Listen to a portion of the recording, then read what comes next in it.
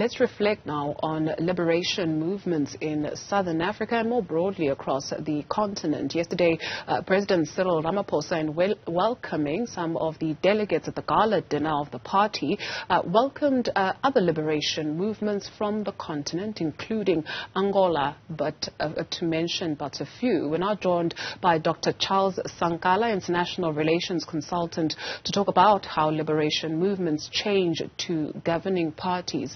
Dr. Sinkala, thank you very much for availing yourself this afternoon. What has been your assessment of liberation movements, maybe particularly in southern Africa, with the ANC being said to be the oldest liberation movement on the continent? How important is it, though, that for an over 100-year-old machine, you need to service it quite regularly so that it gives you the output required by the everyday citizen? Yes, thank you very much, Dudu, for having me, and good afternoon to your viewers. Bluntly, one can look at the lifespan of the liberation movements in the Southern African as well as the rest of the African continent, especially when we had the agitators of the independence of Africa, starting from the Gold Coast in Ghana in the year 1960s, we can see the trends that the liberation movement have the lifespan between 25 to 35 years. Unless, that liberation movement becomes a dictator and the autocratic regime takes over. But what we can see now from the ANC, it is quite just unfortunate, especially where you've mentioned that is the oldest liberation movement, which formed government.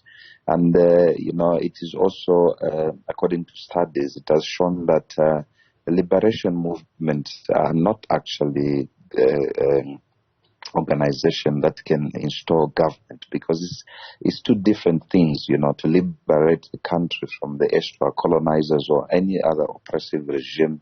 It's another fight, but to govern the country is a totally different type of fight that has to be exercised in terms of making sure that policies choose the best of the best of the best leaders in position, and they are checked in time and time again to make sure that they conform to what is subscribed in the liberation struggle prayers. But what you've seen from the onset of the ANC after the 1994 elections, there was a lot of celebrations. There was a lot of celebrations, and I'm sure up to now we are still celebrating in South Africa for dethroning the apartheid regime. These celebrations went to an extent of who was at Robben Island. Can they give her or him a ministerial position, or how can they repay those who were in the liberation movement who participated? And this has costed the ANC movement itself. As we are speaking now, we saw how the voting, against or to support Section 8-9 in Parliament, divided the ANC.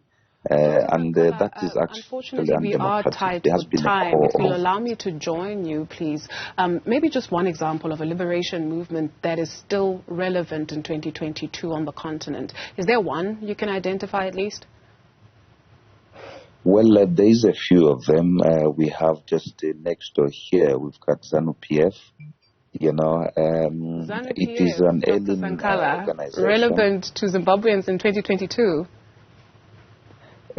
Of course, it's a liberation movement. ZANU-PF has been a liberation movement which was celebrated in the year 1980, despite and in spite of what they are going through in Zimbabwe, which are internal matters, but it's the one which is surviving. But most of them also, when you look at Uganda as well, the liberation movement is still there in place.